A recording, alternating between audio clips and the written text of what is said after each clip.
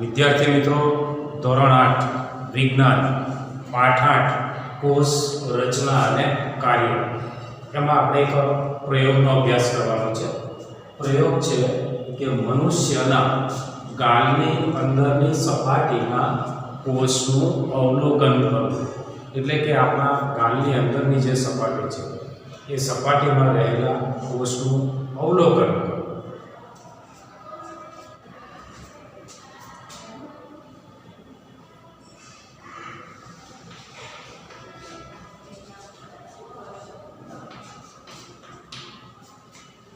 હેતુ એ આ જ હેતુ છે. મનુષ્યના ગાલની અંદરની સપાટીના કોષનું અવલોકન કરવું. સાધન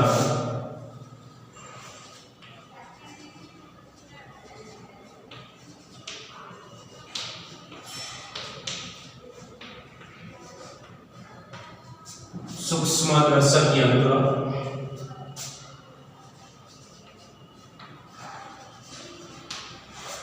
સ્લાઇડ,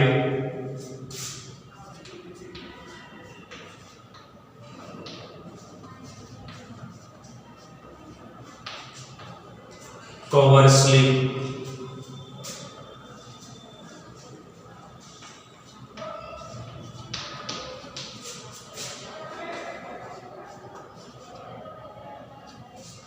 બ્લોટિંગ પેપર, ચમચી,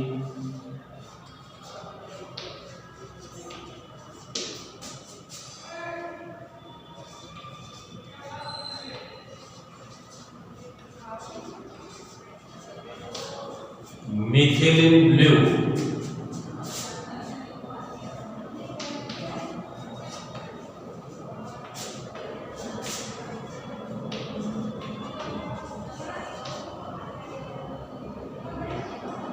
અભિરંજક. જો કે મિથિલિન બ્લુ અભિરંજક અને પાણી બંને પદાર્થમાં આવશે, પણ આપણે સાધન સામગ્રીમાં બંને સાથે લઈ લીધું છે.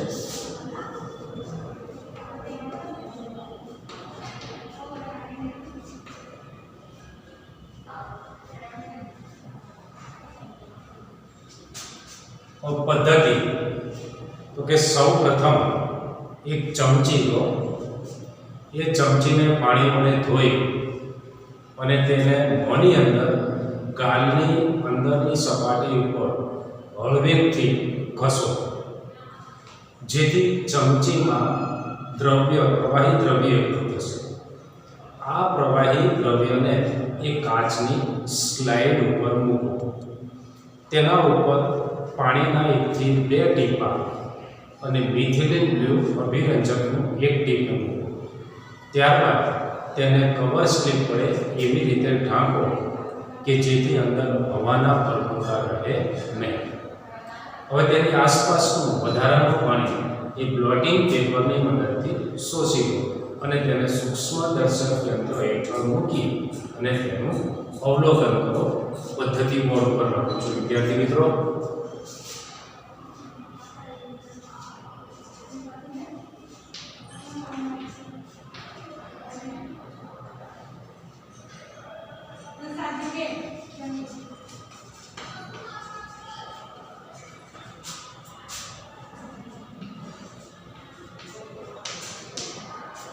એક ચમચી લો.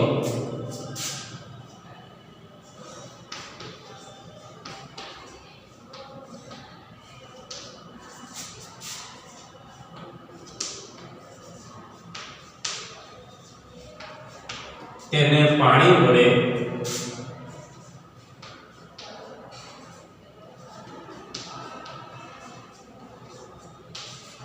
ધોયા બાદ ગાલની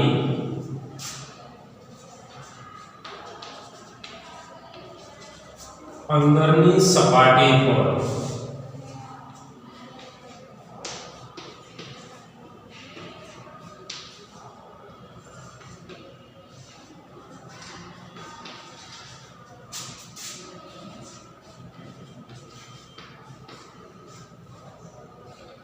હળવેથી ઘસો, જેથી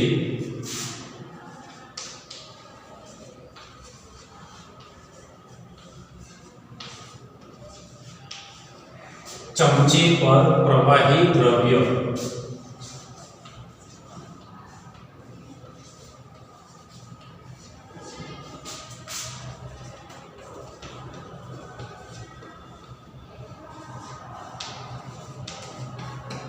એકઠું થશે આ પ્રવાહી દ્રવ્યને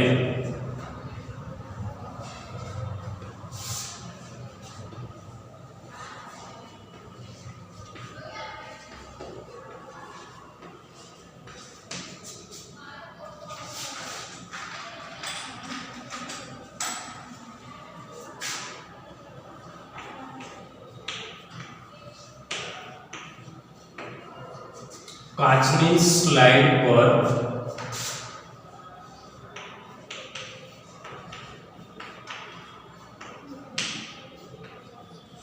મૂકી તેના પર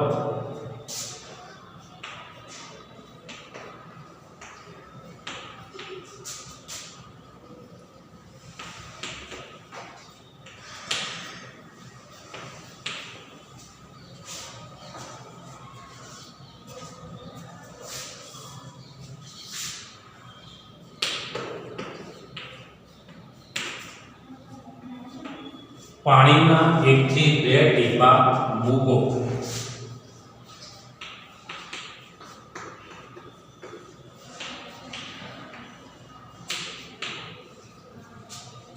ત્યારબાદ મિથિલિન બ્લુ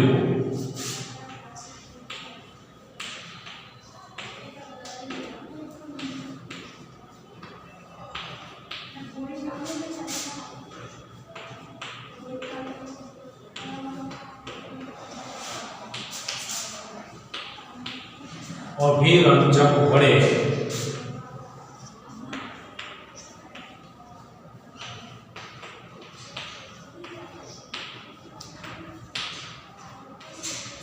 અભિરંજિત કરી તેને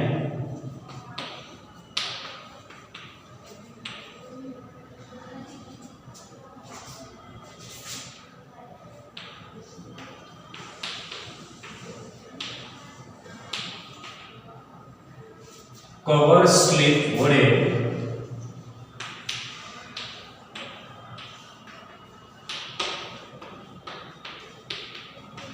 એવી રીતે ઢાંકો જેથી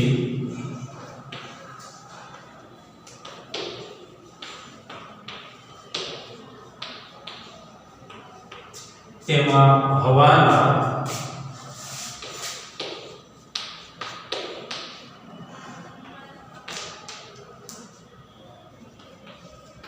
પરપોટા રહે નહીં ત્યારબાદ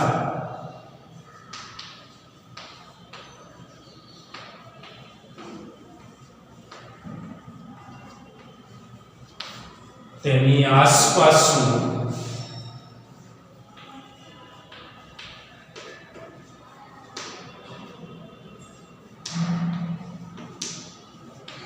વધારાનું પાણી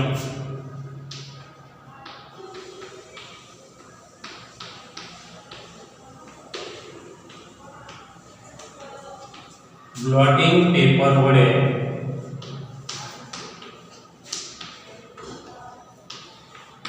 શોષી લો અને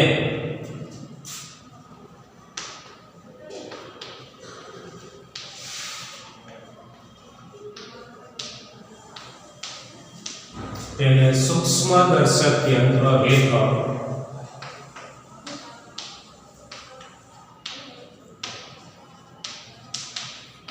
મૂકી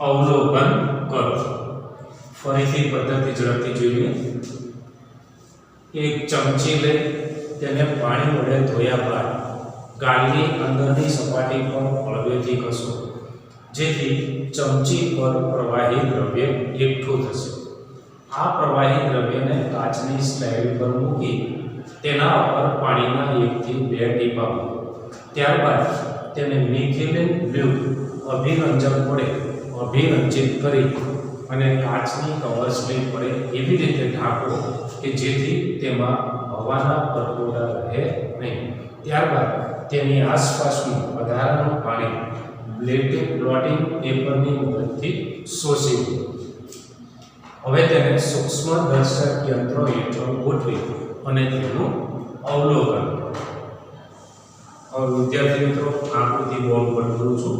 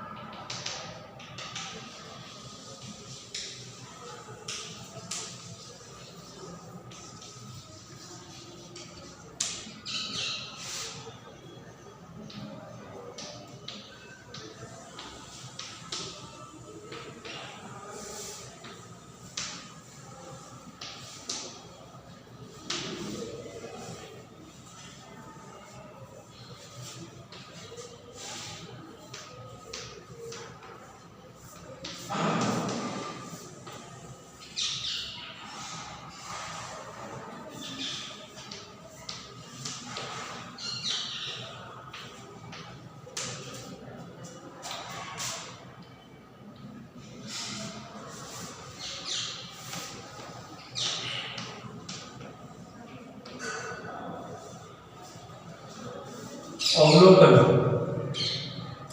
ગાલના કોષના અંદરના પડમાં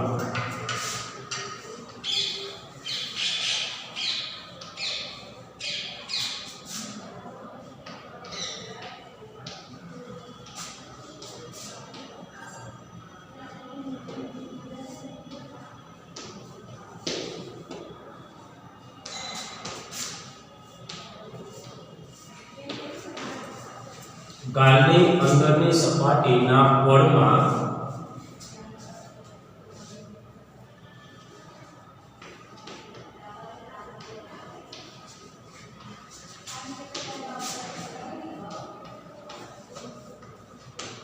એકબીજા સાથે ગાઢ સંપર્કમાં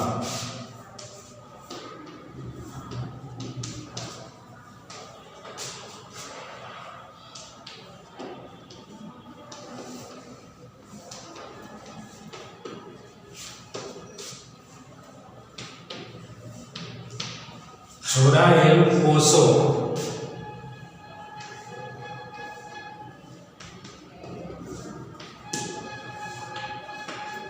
જોવા મળે છે. કોષમાં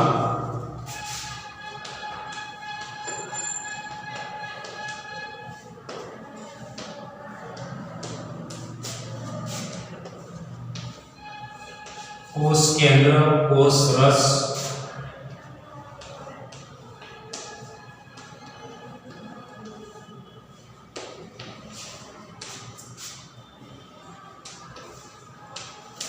અને કોષ રસ પટલ જોવા મળે છે.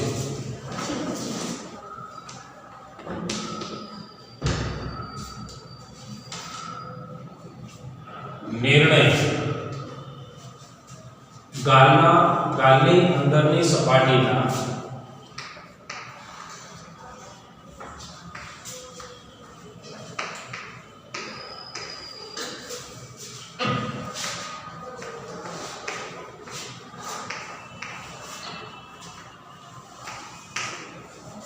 પડમાં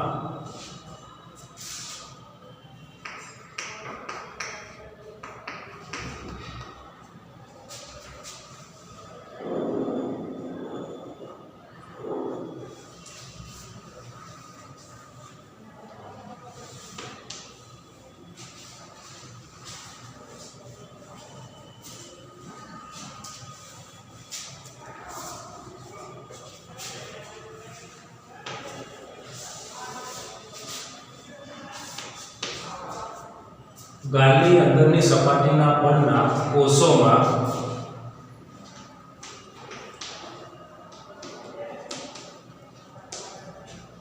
કોષ કેન્દ્ર, કોષ રસ,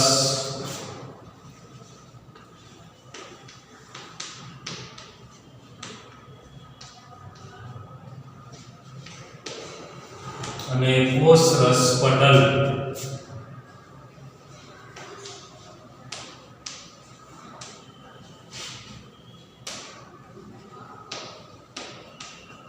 જોવા મળે છે. પણ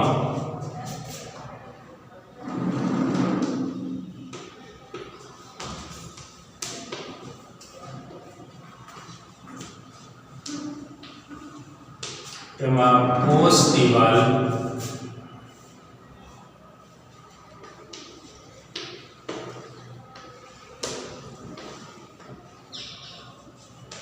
જોવા મળતી નથી.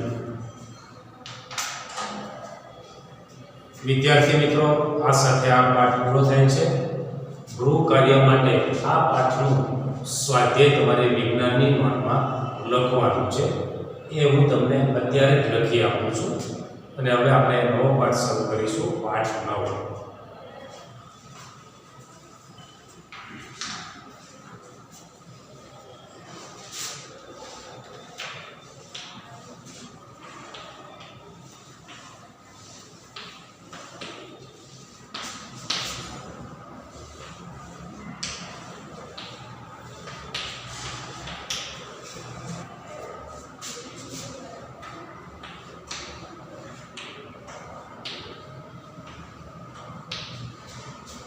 પાઠ 9 પ્રાણીઓમાં પ્રજનન. તો સૌપ્રથમ પ્રજનન એટલે શું તેના વિશે માહિતી મેળવીશું. પ્રજનન એટલે દરેક સજીવ પોતાની જાતિનું અસ્તિત્વ ટકાવી રાખવા માટે તેના જેવો બીજો સજીવ ઉત્પન્ન કરે આ ક્રિયાને પ્રજનનની ક્રિયા કહે છે.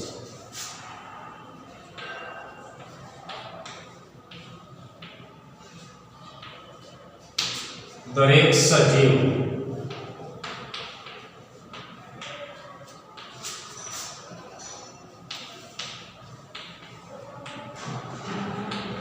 પોતાની જાતિનું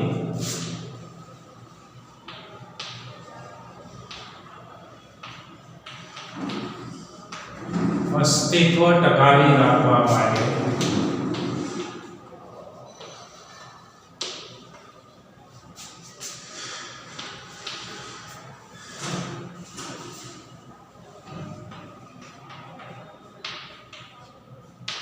પોતાના જેવા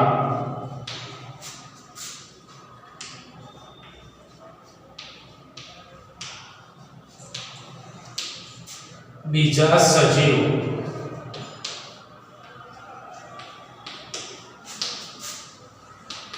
ઉત્પન્ન કરે છે આ ક્રિયાને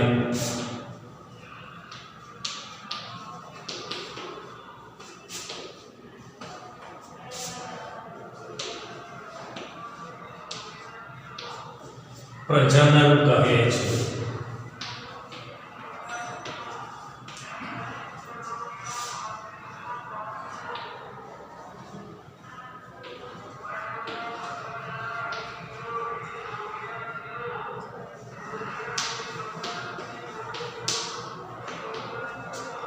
પ્રજનનનું મહત્વ.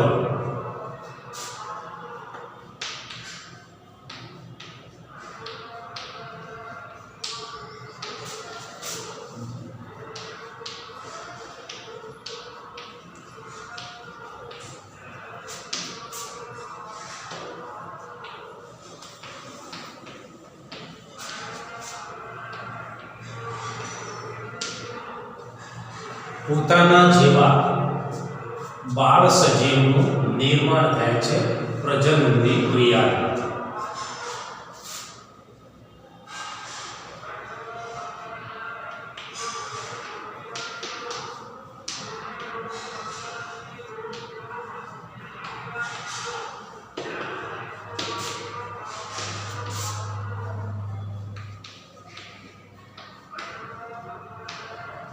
પોતાની જાતિના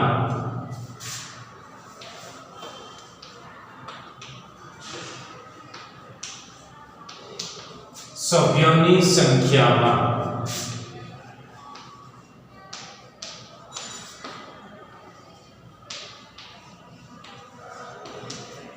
વધારો થાય છે.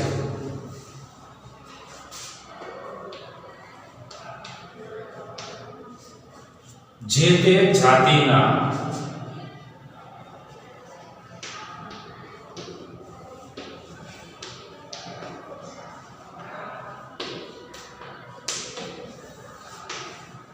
સભ્યનું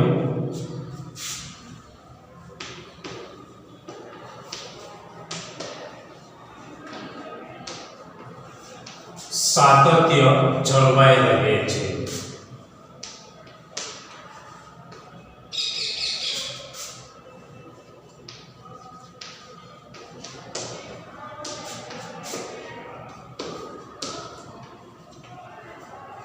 સજીવોમાં પેઢી દર પેઢી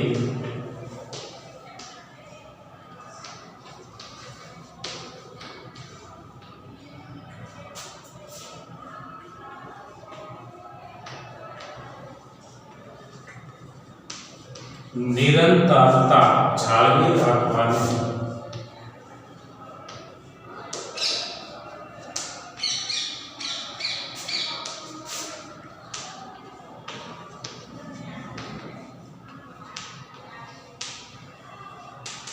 સુનિશ્ચિત કરે છે. ફરીથી પ્રજનનનું મહત્વ. તો પ્રજનનનું મહત્વ પોતાના જેવા બાળ સજીવનું નિર્માણ થાય છે, જેથી સજીવોની સંખ્યા જળવાઈ રહે છે. પોતાની જાતિના સભ્યની સંખ્યામાં વધારો થાય છે. જે તે જાતિના સભ્યોનું સાતત્ય જળવાઈ રહે છે. સજીવોમાં પેઢી દર પેઢી નિરંતરતા જાળવી રાખવાનું સુનિશ્ચિત કરે છે.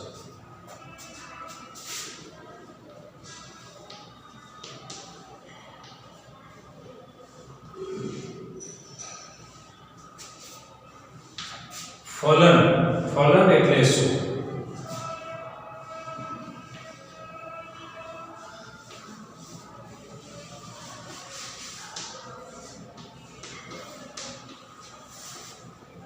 નર પ્રજનન કોષ.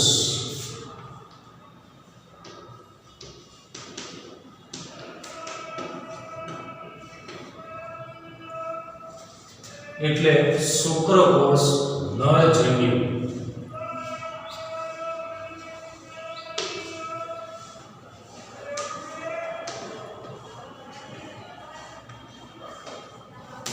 અને માદા પ્રજનન કોષ.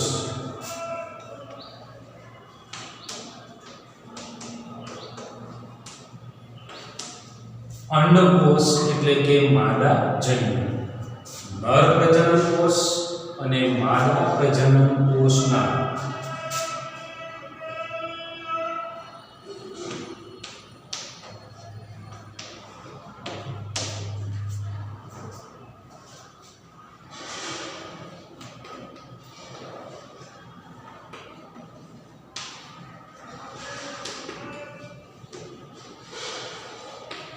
જોડાણની ક્રિયાને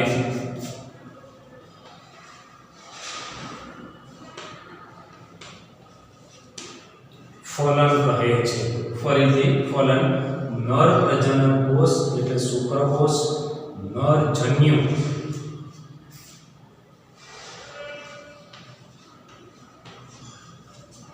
અને માદા પ્રજનન કોષ એટલે કે અંડકોષ માદાજન્યુ.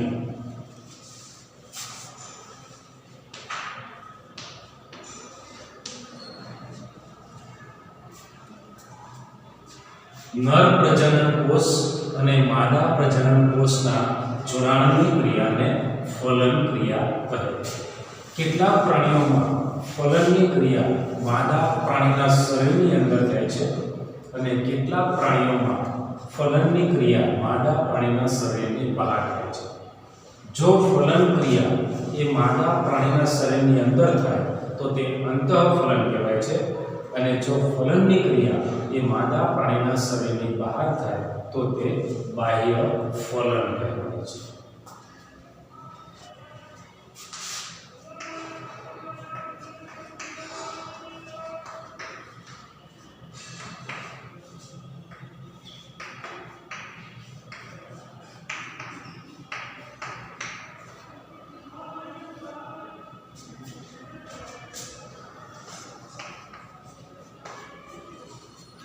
એક તફાવત છે ફલિતાંડ અને ગર્ભ.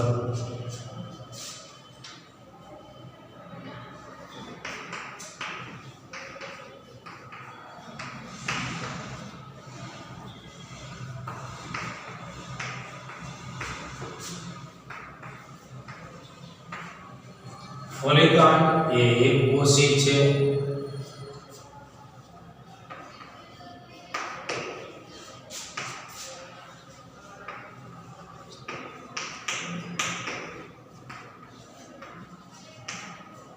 ગર્ભ એ બહુકોષી છે.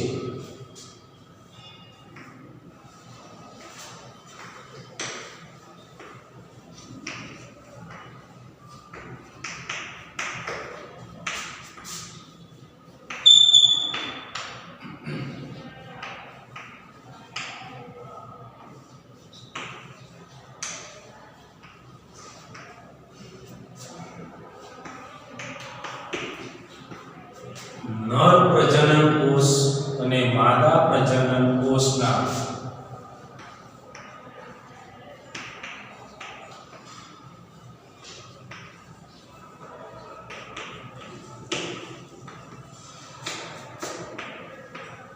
જોડાણની ક્રિયાથી ફલિતાંડ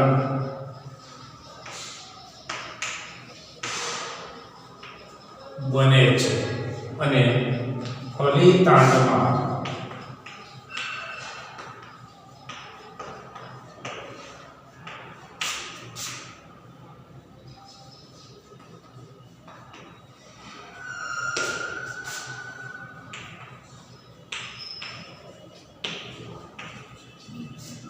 સતત વિભાજનથી વારંવાર વિભાજનથી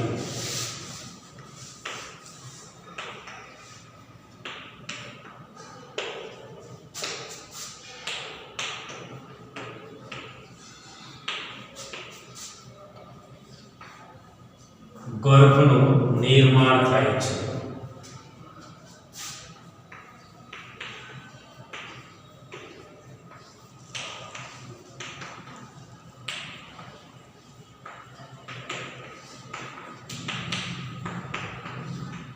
ફલનની ક્રિયાથી ફલિતાંડ બને છે.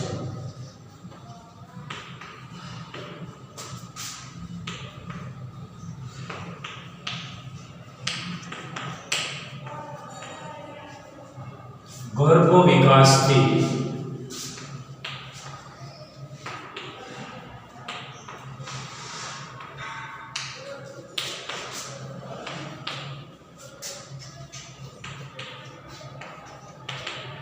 ગર્ભનું નિર્માણ થાય છે.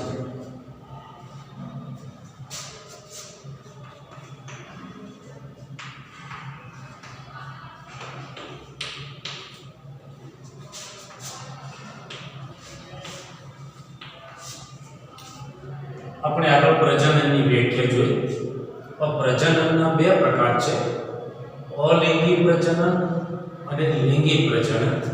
આપણે અલિંગી પ્રજનન વિશે માહિતી મેળવીએ.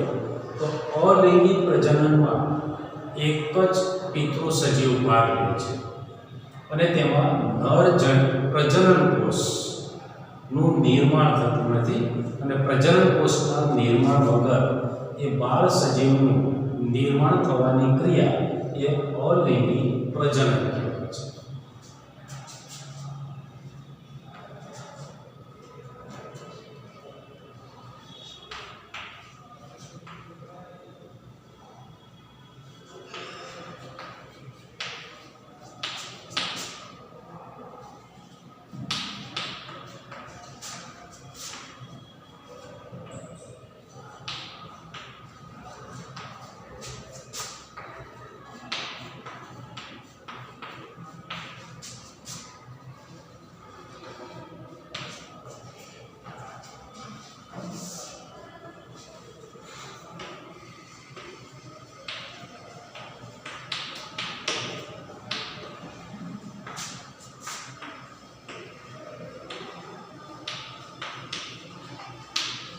જે પ્રજનનમાં એક જ પિતૃ સજીવ ભાગ લે, એક જ પિતૃ પ્રાણી ભાગ લે અને પ્રજનન કોષનું નિર્માણ થતું ન હોય,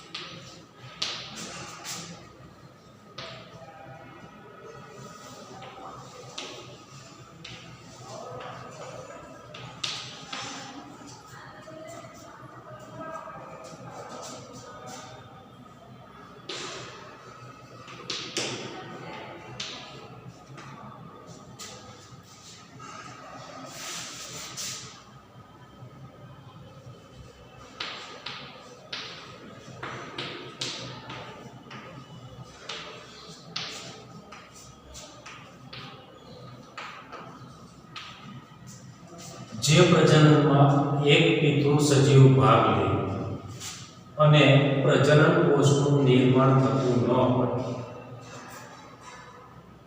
તેવા બાળ સજીવના નિર્માણ થવાની ક્રિયાને અલિંગી પ્રજનન કહેવાય છે. અલિંગી પ્રજનનમાં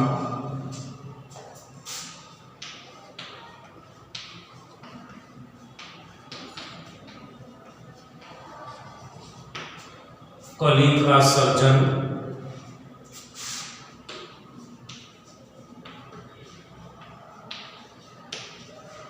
દ્વિભાજન, અવખંડન,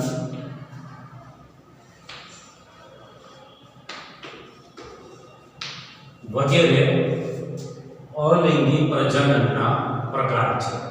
હવે એમાં આપણે કલિકા સર્જન વિશે માહિતી મેળવીએ.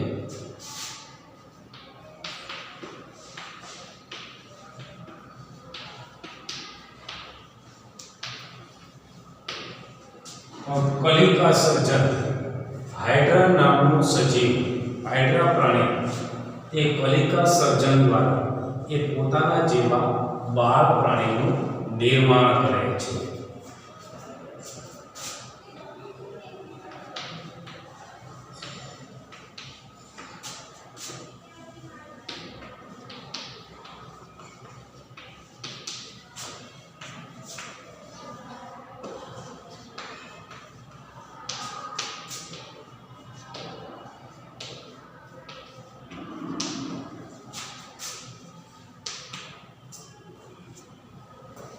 વિદ્યાર્થી મિત્રો, આ પાઠમાં આપણે પીએસવી રાખીશું. હવે પછીનો અભ્યાસ પછીના લેક્ચરમાં કરીશું. ગૃહ કાર્ય માટે બોર્ડ પર પ્રશ્ન લખું છું, એ પ્રશ્નના જવાબ તમારે વિજ્ઞાનની નોટમાં લખવાના છે.